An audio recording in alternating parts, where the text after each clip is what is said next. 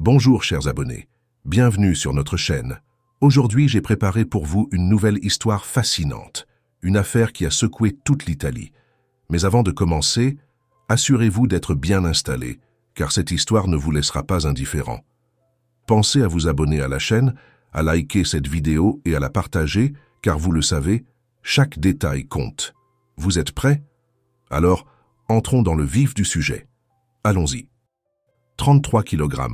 Pas un de plus, pas un de moins. C'était l'idéal, la perfection, le poids exact qu'une femme devait afficher pour plaire à Marco Mariolini. Cette obsession, cette idée fixe qui l'a lentement mais sûrement transformé. Lui un antiquaire respectable, lui un homme en apparence sans histoire, jusqu'à ce que ses démons prennent le dessus, le métamorphosant en un véritable monstre. Marco Mariolini a vu le jour le 13 avril 1959, dans une ville provinciale de Brescia, en Italie. Une naissance ordinaire dans une famille ordinaire, en apparence du moins. Son père, maçon, un homme de labeur, les mains toujours couvertes de ciment et d'efforts. Sa mère, femme au foyer, mais surtout femme obsédée par l'ordre. Chez elle, chaque objet avait sa place, et gare à celui qui dérangeait cet équilibre. La moindre irrégularité dans le décor, et c'était l'explosion. Une crise de nerfs pour un verre mal rangé. Une colère noire pour un coussin de travers. Une guerre pour une poussière qui n'aurait jamais dû être là. Quand Marco est venu au monde, la famille comptait déjà une fillette de 2 ans. Mais un deuxième enfant, c'était trop. Le chaos s'est invité dans cette maison où tout devait être parfaitement aligné, parfaitement propre, parfaitement sous contrôle. La mère de Marco a commencé à vaciller. Ses crises de nerfs sont devenues plus fréquentes, plus violentes. Elle ne le savait pas encore, et ne le saurait jamais, mais elle souffrait très probablement de troubles obsessionnels compulsifs. Un diagnostic qui aurait pu tout changer, mais encore aurait-il fallu qu'elle reconnaisse qu'elle avait un problème. Plutôt que de consulter, elle a fait ce que font souvent les esprits fragiles, elle a fui. 1 mois après la naissance de Marco, elle a abandonné son propre fils, le confiant aux soins de ses grands-parents paternels. 2 ans, 2 longues années où l'enfant a grandi loin de sa mère, loin de son foyer, loin de ses cris et de ses angoisses. Puis un jour, ils sont revenus le chercher. Ils croyaient que tout était réglé, que les difficultés n'étaient qu'un mauvais souvenir, que leur famille pouvait enfin retrouver un semblant de normalité. Quand Marco est revenu vivre chez ses parents, l'enfer a commencé. Sa mère, prise d'un sursaut de responsabilité tardif, essayait de s'occuper de lui, mais l'enfant qu'elle avait abandonné 2 ans plus tôt n'était pas un petit garçon docile. Marco était un véritable tourbillon, bruyant, désobéissant, insolent, un gamin qui courait partout, qui criait, qui testait les limites et qui ne supportait pas qu'on lui dise non. Un concentré de chaos dans une maison qui devait rester impeccable. Sa mère n'avait ni la patience ni les compétences pour canaliser ce petit monstre. Alors elle a fait ce qu'elle savait faire de mieux, exploser. Les cris ont remplacé les caresses, les gifles ont pris la place des berceuses. Et son père? Il tentait bien parfois de calmer la situation, de s'interposer. Mais sa femme le fusillait du regard et il se taisait. Un homme modeste, effacé, qui avait appris à ne pas la contrarier, à se faire tout petit, jusqu'au jour où la violence a dépassé tout ce qu'on pouvait imaginer. Une crise de trop, une énième explosion de colère. Marco hurlait, incapable de se calmer. Il tapait des pieds, renversait ce qui se trouvait sur son passage. Sa mère a vu rouge, un court-circuit dans son esprit déjà fragile. Alors, sans réfléchir, elle l'a attrapé et l'a jeté par la fenêtre. Un corps d'enfant projeté dans le vide. Un hurlement déchirant. Puis, un miracle. Dans sa chute, Marco a agrippé des cordes à linge, suspendues entre les immeubles. Son petit corps a oscillé, ballotté par le vent, mais il était vivant. Un enfant normal aurait peut-être grandi avec la peur du vide. Peut-être aurait-il appris quelque chose de cette expérience, mais pas Marco. Les années ont passé, et Marco a pris du poids. Pas énormément, mais assez pour se sentir mal dans sa peau. Il ne comptait pas les calories, ne suivait aucun régime, mais quelque chose en lui n'acceptait pas ce corps. Puis, à l'adolescence, une autre obsession est née, les filles. Dès qu'il entrait dans une pièce, son regard scannait les silhouettes. Il traquait la plus mince, comme un chasseur repérant sa proie, celle qui se rapprochait de son idéal. Un jour, il a lâché une phrase glaçante à un ami. « Toute fille qui pèse plus de 33 kilos me donne la nausée. » 33. Un chiffre gravé dans son esprit. Une norme absurde qu'il s'était lui-même imposée. Mais il ne voulait pas seulement une femme maigre, il voulait une femme soumise à ses désirs. Et bien sûr, trouver ce combo parfait s'est avéré compliqué. Les filles qu'il rencontrait, trop grosses. Celles qui étaient minces, pas assez passionnées. Le résultat? Marco a passé son adolescence seul. Il n'a connu sa première relation qu'à 19 ans. Elle s'appelait Lucia. Ils se sont rencontrés en 1978. Lucia était petite, fine, délicate, avec 45 kilos tout au plus. Presque. Pas l'idéal, mais pas loin. Marco est tombé sous le charme. Il s'est rapproché d'elle, a voulu la posséder. Mais le jour où elle s'est déshabillée devant lui pour la première fois, il a été déçu. Elle n'était pas aussi maigre qu'il l'imaginait. Il l'a regardée de haut en bas et a lâché la bombe. « Je pensais que tu serais plus mince sans vêtements. » Charmant. Mais malgré ça, Marco a continué la relation. Lucia avait une qualité qui l'intéressait tout autant que son corps frêle. Elle était docile, calme, modeste, malléable. Mais il continuait de chercher mieux. Puis, l'armée l'a appelé. En 1978, il est parti servir à Pise, laissant Lucia derrière lui. Il était persuadé qu'il allait trouver mieux ailleurs. Une fille plus maigre, plus soumise, son idéal. Alors il a cessé de lui écrire. Mais quelques mois plus tard, Lucia s'est trouvée un autre homme. Et Marco, il a paniqué. D'un coup, il l'a voulu de nouveau. Comme un enfant qui ne veut plus d'un jouet jusqu'à ce que quelqu'un d'autre le prenne. Il est revenu vers elle, l'a reconquise, et lui a proposé le mariage. Pas par amour, pas par conviction, mais parce que Lucia était faible. Et Marco voulait quelqu'un qu'il pouvait façonner. En 1980, ils se sont mariés. Mais pour Lucia, ce n'était que le début du cauchemar. Le mariage n'a été qu'un début. Dès qu'ils ont échangé leurs vœux, Marco s'est mis au travail. Non pas pour construire un avenir radieux avec sa femme, mais pour sculpter son corps à son image. Pour lui, 45 kg, c'était indécent. Une femme ne devait pas peser plus lourd qu'un sac de ciment. Lucia, elle, voulait juste qu'il l'aime. Alors elle a accepté. Le régime, les restrictions, la faim qui tordait le ventre, les vertiges, les faiblesses. Elle a supporté les regards scrutateurs de son mari quand il l'observait manger, comme un scientifique examinant une expérience en cours. Chaque gramme comptait. Et Marco, il pesait, matin et soir. Si le chiffre baissait, il l'embrassait, la félicitait, lui chuchotait des mots d'amour. Si le chiffre montait, c'était une autre histoire. Son sourire disparaissait, sa voix devenait froide, tranchante comme une lame de rasoir. Son regard se teintait de dégoût. Lucia ne voulait plus voir ce regard-là. Alors, elle a continué. À compter, à priver, à fondre. Et un jour, elle a atteint l'objectif. 33 kg. Le chiffre magique. L'idéal tant attendu. Marco était aux anges. Il la trouvait enfin parfaite. Son chef-d'œuvre. Mais alors que tout semblait parfait selon lui, l'impensable est arrivé. Lucia, dans ce corps squelettique, est tombée enceinte. Une injustice aux yeux de Marco. Comment cela avait-il pu arriver? Mais il ne pouvait plus lutter contre ça. Alors il a cédé.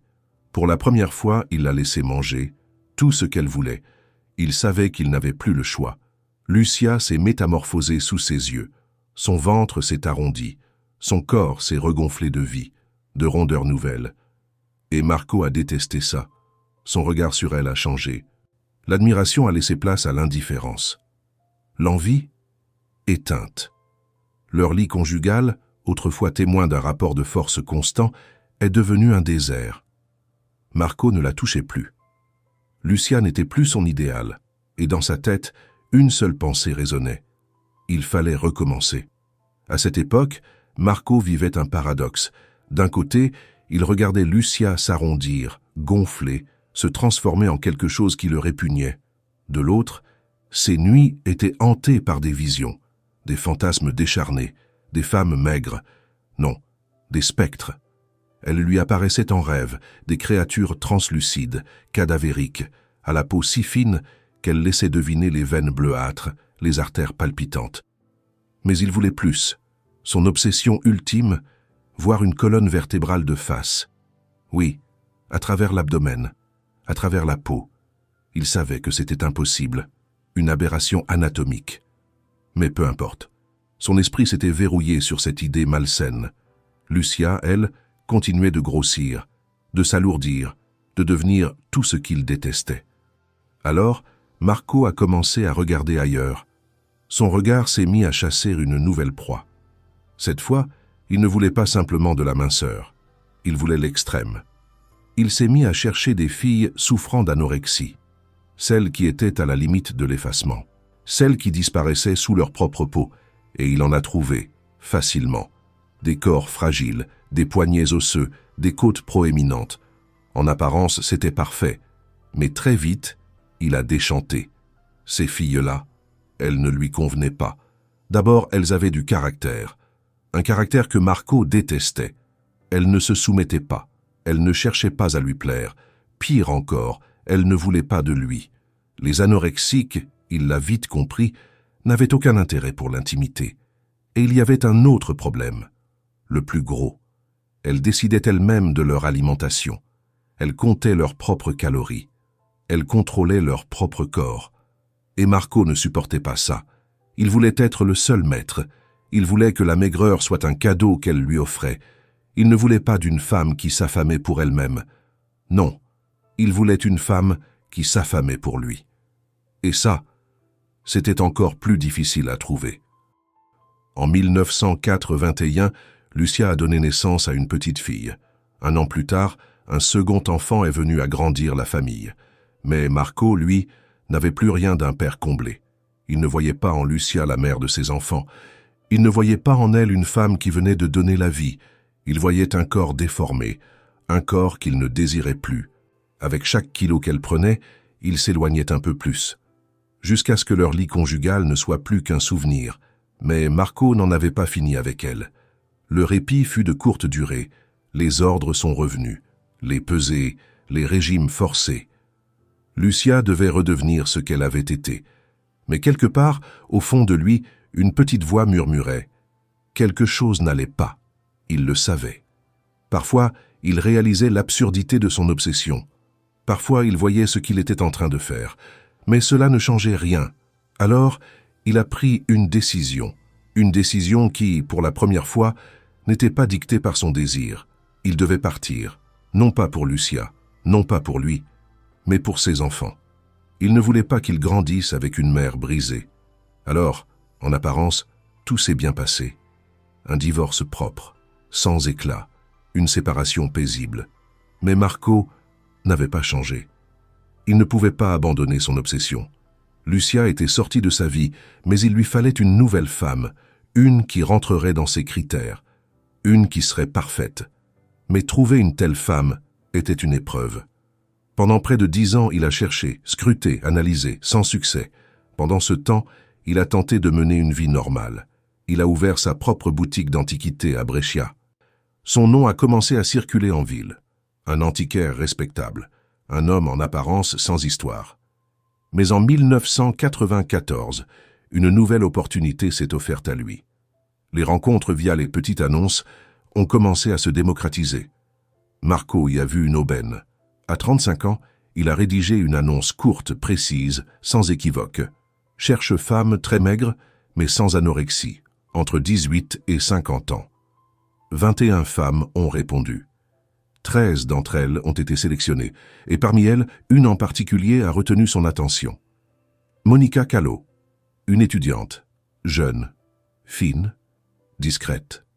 Elle était tout ce que Marco recherchait, et il était prêt à tout pour la modeler à son image. Monica Callo, 25 ans, 1m72, 45 kg. Elle avait tout pour plaire à Marco Mariolini, presque tout. 10 ans les séparaient, mais pour lui ce détail n'avait aucune importance. Ce qui comptait, c'était son corps, fin, léger, une silhouette presque éthérée. Monica venait de Sicile et étudiait pour devenir orthophoniste, une jeune femme intelligente, sociable, pleine de vie. Pourtant, derrière ce sourire solaire se cachait une faille, un manque de confiance en elle, une brèche dans laquelle Marco allait s'engouffrer. L'annonce étrange du collectionneur l'avait intriguée. Peut-être un fantasme excentrique, peut-être juste un homme différent. Elle avait décidé de répondre, sans se douter qu'elle venait de mettre le pied dans un engrenage infernal. Les rendez-vous se sont enchaînés. D'abord léger, sans attache. Monica ne voyait en lui qu'une relation sans conséquence, un passe-temps, rien de sérieux. Marco, en revanche, en voulait plus, beaucoup plus. Peu à peu, il a commencé son travail de sape. Avec patience et calcul, il l'a persuadée de venir vivre chez lui. Pas en un jour, bien sûr. Il a installé le doute en elle, lentement, insidieusement. Il l'a convaincue qu'elle était précieuse à ses yeux, qu'il tenait à elle, qu'ils pourraient être heureux ensemble.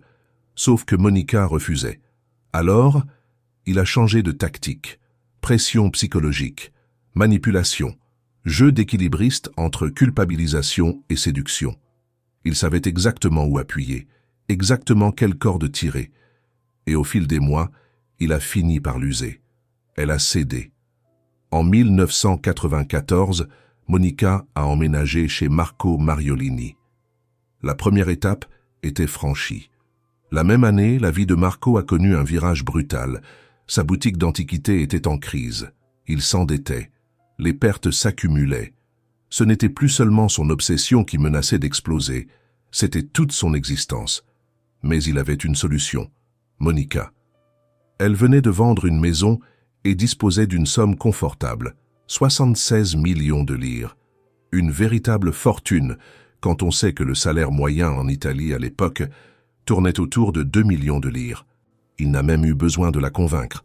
Monica l'aimait, ou du moins elle croyait l'aimer. Elle voulait l'aider. Elle lui a prêté l'argent sans hésiter. Et lui, il l'a remercié en lui proposant le mariage. Mais cette fois, Monica n'a pas plié. Elle a refusé. Un affront, une trahison. Marco se contenait, mais une idée commençait à germer dans son esprit. Leur quotidien, au départ presque normal, a basculé rapidement. Ce n'était pas suffisant. Ce n'était jamais suffisant.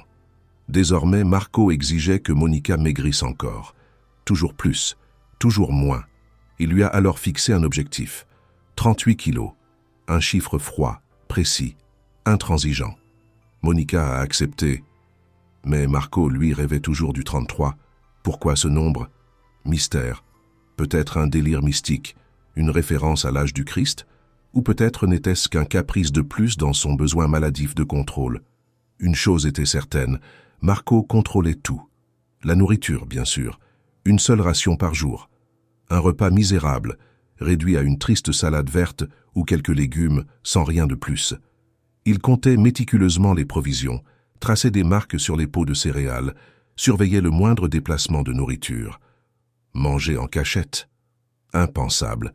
Monica était sous surveillance constante. Mais ce n'était pas tout, le poids, l'obsession suprême. Il la pesait plusieurs fois par jour. Si le chiffre grimpait, ne serait-ce que d'1 gramme, la colère explosait. Et la sentence tombait. Il la forçait à vomir, littéralement.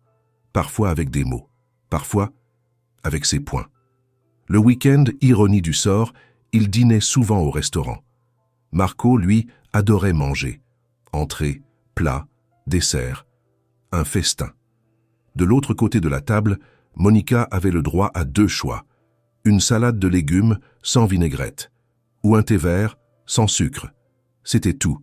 Vacances ou non, la règle ne changeait pas. Et pourtant, elle a fini par atteindre l'objectif fixé, 38 kilos. Un triomphe, selon lui. Une descente aux enfers, en réalité. Puis les fluctuations ont commencé. 39, 40, 38, 39, 40. Un chiffre au-dessus de 38, et Marco sombrait dans une rage incontrôlable. Si la balance affichait un 3 en premier, il souriait. Si elle montrait un 4, il explosait. Mais Monica ne disait rien, à personne, ni à ses parents, ni à ses amis. Silence total. Elle évitait les questions, changeait de sujet, puis s'est refermée complètement sur elle-même. Les appels, elle ne répondait plus. Les sorties, terminées. Un repli total. Le néant. Le temps passait, son corps lâchait, son énergie s'évaporait. Chaque mouvement était une épreuve. Et bientôt, sortir du lit est devenu un combat. Son corps a fini par céder, ses règles se sont arrêtées. Son estomac hurlait en permanence, la faim était devenue une obsession. Chaque seconde, chaque pensée tournait autour de la nourriture. Puis, Monica a franchi une ligne, elle s'est mise à voler. Elle attendait que Marco ait le dos tourné, que la maison soit plongée dans le silence, pour attraper en cachette ce qui lui tombait sous la main. Tout ce qui pouvait se manger. Une nuit, la faim l'a tant tenaillée qu'elle a dévoré un oignon cru. Brûlant, amer, dégoûtant. Mais elle l'a avalé jusqu'au dernier morceau. Le problème, c'est que Marco surveillait tout. Lorsqu'il s'est rendu compte que de la nourriture avait disparu, il est devenu fou. Et la punition n'a pas tardé. Une punition abominable. Il l'a forcé à avoir des relations intimes, il l'a frappé, et cette nuit-là, il l'a laissé dormir sur le sol, comme un chien. 2 ans dans cette horreur. 2 ans de supplice. Monica ne comprenait même plus ce qui lui arrivait. Elle n'existait plus. Son corps était un automate, son esprit, une cage vide. Mais parfois, il y avait des moments de lucidité. Un jour, une pensée s'est imposée à elle. Il fallait fuir. Elle l'a dit à Marco. Elle voulait partir. Elle voulait rompre, retourner chez ses parents, retrouver une vie normale. Marco a éclaté de rire. Puis il a répondu « Si tu veux partir, tu devras me tuer. » Et si elle s'enfuyait, il la retrouverait et il se vengerait, cruellement. Au printemps de l'an 1996, Marco et Monica se sont rendus dans un restaurant. L'homme a commandé un plat italien délicieux et copieux, des gnocchis. Ce sont des pâtes similaires à des quenelles, préparées à base de pommes de terre, de farine et d'œufs, et servies avec du fromage, des champignons et des herbes. Monica a commandé une salade verte et a demandé au serveur de ne pas y ajouter d'huile ni d'assaisonnement. Après avoir passé commande, le couple est assis au restaurant en attendant leur repas. À un moment donné, Marco a dit qu'il avait besoin d'aller aux toilettes. Il a quitté la table et s'est dirigé vers les toilettes. Pendant ce temps, le serveur a apporté la commande. Ensuite, Monica a fait une véritable révolte. La jeune femme a pris l'assiette du plat copieux de Marco et a commencé à engloutir les gnocchis avec avidité. Malgré une douleur terrible dans son estomac qui ne recevait plus de telles portions de nourriture depuis longtemps, Monica a continué à manger. Marco est alors revenu des toilettes. Il était très en colère de voir ce que sa petite amie faisait. L'homme lui a arraché l'assiette des mains et a ordonné qu'elle se calme immédiatement. Alors Monica s'est précipitée dans la cuisine du restaurant. Elle est entrée dans la salle où se trouvaient les cuisiniers, les serveurs, a vu ses plats préparés, a saisi une des assiettes et a commencé à se fourrer de la nourriture dans la bouche avec ses mains. Marco a trouvé Monica dans la cuisine et l'a ramenée à leur table. L'homme a crié après la jeune femme, puis lui a donné une forte gifle. Ni les employés du restaurant, ni les clients ne comprenaient ce qui se passait. Tout le monde restait silencieux et observait ce couple fou. Après son retour à la maison, Marco a décidé de punir Monica. Il lui a dit qu'elle dormirait ce soir sur le sol nu. L'homme s'est rendu dans sa chambre et s'est endormi assez rapidement dans son lit chaud. Pendant la nuit, Monica a pris un lourd marteau et a attaqué Marco pendant qu'il dormait, lui frappant la tête, puis s'est levé et s'est enfui de la maison. Marco s'est réveillé quelques heures plus tard avec un fort mal de tête. Il a vu près de lui le marteau. Son oreiller était couvert de sang. Il a découvert que Monica n'était nulle part et a couru chez son voisin. Celui-ci a appelé une ambulance. Marco a été emmené à l'hôpital. Il n'avait pas subi de blessures graves et s'est remis assez vite. Pendant ce temps, les policiers ont retrouvé Monica. Elle a été arrêtée et placée en détention. Lors de l'interrogatoire, Marco a défendu sa compagne. Il a raconté lui-même qu'il avait été cruel envers la jeune femme. Il a parlé de son régime et de son contrôle total. Je n'éprouve aucun ressentiment envers elle. Il y a eu un certain malentendu dans notre relation, mais nous réglerons tout, a déclaré Marco au tribunal. Monica a été reconnue coupable et condamnée à 2 ans de détention à domicile. Elle est partie chez ses parents dans la ville de Domodossola, située au nord de l'Italie, à 200 km de Brescia, où vivait Marco. Monica n'était pas autorisée à sortir des limites de la propriété, mais elle pouvait utiliser le téléphone. La jeune fille n'a jamais essayé de contacter Marco, mais il l'appelait régulièrement. Au début, l'homme donnait une bonne impression, s'intéressait à sa santé, à son bien-être et aux livres qu'elle lisait en détention. Cependant, avec le temps, ces appels sont devenus trop fréquents. Lors d'un de ces appels, Marco a avoué qu'il ne pouvait pas vivre sans elle et voulait revoir la jeune fille. Monica a poliment refusé son prétendant, mais il a continué à insister. Finalement, Marco lui a dit qu'il mettrait fin à ses jours s'il ne la rencontrait pas. Malheureusement, Monica n'a pas eu la force morale de mettre un terme définitif à cette relation. « Je te rencontrerai après la fin de ma détention à domicile », a répondu Monica. Pendant que la jeune fille était en détention, en 1997, Marco a réussi à écrire et à publier son premier livre intitulé « Chasseur d'anorexie ». Sur cette photo, vous voyez la couverture originale du livre, choisie par Marco lui-même. Elle représente un homme fort et bien en chair soulevant une femme maigre. Ces héros, il les a pris d'un dessin animé américain Popeye. En raison des droits d'auteur, Marco n'a pas été autorisé à utiliser cette image. Donc l'éditeur a publié le livre avec une autre couverture. Marco n'a pas caché que c'était une autobiographie décrivant sa véritable vie. Il a avoué qu'il se sentait rejeté depuis son enfance, privé d'amour et de soins. Il détestait sa mère, mais ressentait parfois des sentiments chaleureux envers elle. Marco a écrit que son père était un homme faible et sans caractère. Dans la famille Mariolini, c'était toujours sa mère qui prenait toutes les décisions. Marco a écrit sur ses relations avec Lucia. À propos, l'homme a caché le vrai nom de sa première femme. Lucia est un pseudonyme que Marco a inventé pour des raisons de sécurité. Dans le livre, il a appelé Monica par Barbara. Il a écrit la vérité sur les régimes et le contrôle, sur son pouvoir sur la jeune fille. Selon l'histoire, à la fin, l'auteur tue Barbara. Lors de la présentation de son livre, Marco a déclaré ouvertement qu'il était un monstre qui devait être arrêté. Un critique littéraire, qui était présent à la conférence de presse, n'a pas aimé le ton de Marco. Après avoir lu son livre, le critique s'est immédiatement rendu à la police pour faire part de ses soupçons.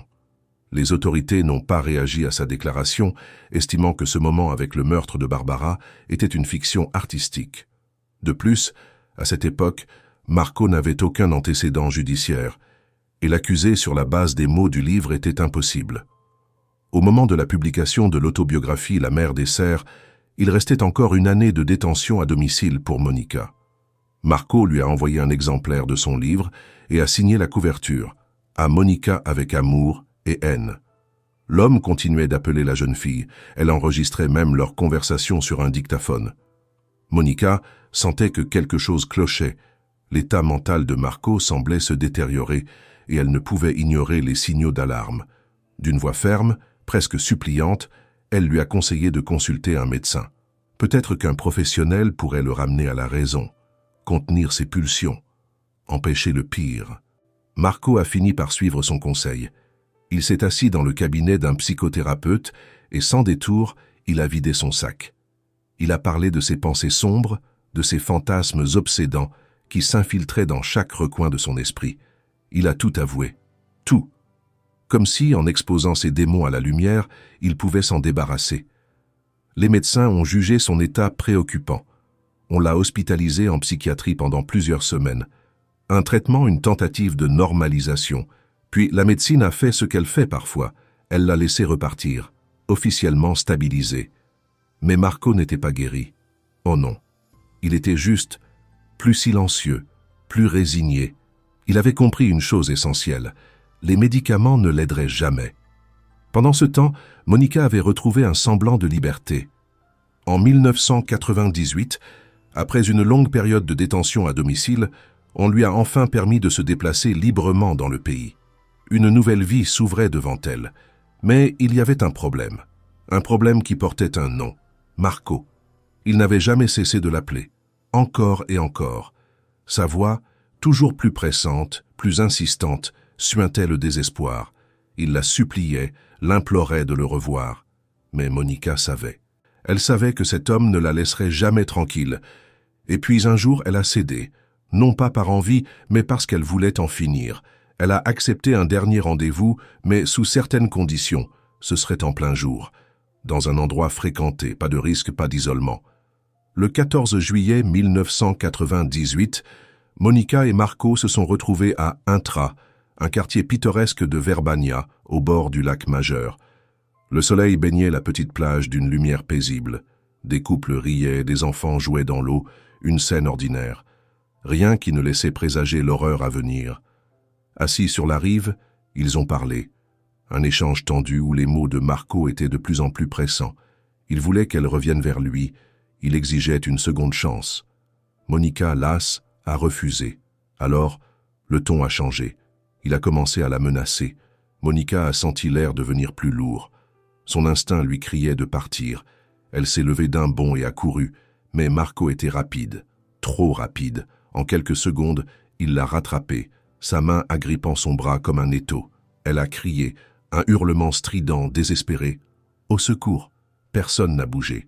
Marco lui a plaqué une main sur la bouche. Autour d'eux, les baigneurs, les passants, les couples en balade, tous ont vu, tous ont entendu. Et pourtant, personne n'est intervenu.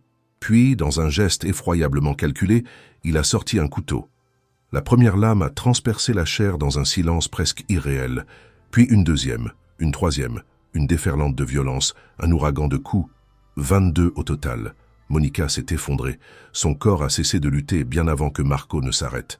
Elle était morte sur le coup. Les témoins, enfin réveillés par l'atrocité de la scène, ont saisi leur téléphone et appelé la police. Mais il était trop tard, bien trop tard. Au moment de l'arrivée des secours et de la police, Marco se trouvait dans le lac. Les officiers, utilisant un canot de sauvetage de plage, ont rattrapé Marco et lui ont mis des menottes directement dans l'eau. Lors de son interrogatoire, Marco n'a pas nié sa culpabilité. L'homme a affirmé qu'il n'avait pas prévu de tuer sa petite amie. Il était venu au rendez-vous en pensant qu'il pourrait charmer Monica et qu'elle accepterait de reprendre ses relations avec lui. En cas de refus, il prévoyait de l'enlever. Dans sa voiture, garée sur la rive du lac, des cordes, des chaînes, des couteaux, des serrures et du ruban adhésif ont été trouvés. Mais le plan a échoué. L'homme s'est laissé emporter et a commis l'irréparable. Marco a nié avoir voulu s'enfuir après le meurtre. Il a affirmé qu'il s'était jeté dans le lac pour se noyer, mais cela n'a pas fonctionné. Chez lui, des dessins ressemblant à des bandes dessinées ont été trouvés. L'homme se représentait sous la forme d'un grand cercle, tandis que la femme à ses côtés était représentée sous la forme d'une ligne fine. Dans ces dessins, il se moquait des femmes et les haïssait. Pendant l'enquête sur l'affaire, en 2001, l'homme a donné une interview à des journalistes. Sur cette photo, vous voyez Marco, 42 ans, dans une tenue qu'il a lui-même imaginée. Un côté de son visage est proprement rasé, l'autre est couvert de poils. Selon Marco, cela symbolisait la dualité de la nature humaine. Peu importe combien nous essayons de le cacher, chaque personne a des côtés lumineux et sombres, a-t-il déclaré lors de l'interview. À propos, pendant la discussion avec le journaliste, l'homme n'a même pas tenté d'exprimer des remords pour son crime, disant qu'il ne voyait pas d'autre moyen de résoudre le problème et a fait ce qu'il devait faire. Mais Marco a reconnu qu'il était dangereux pour la société. Marco a été déclaré responsable et coupable de meurtre. Il a été condamné à 30 ans de réclusion. On sait que derrière les barreaux, il y a eu une période où l'homme a commencé à refuser de manger, a pris des laxatifs et a perdu du poids, jusqu'à atteindre 44 kg. Mais après cela, il a repris du poids. Marco était un détenu problématique. Il a provoqué un incendie dans sa cellule, a fait des bêtises aux gardiens, et il a été transféré plusieurs fois dans d'autres prisons.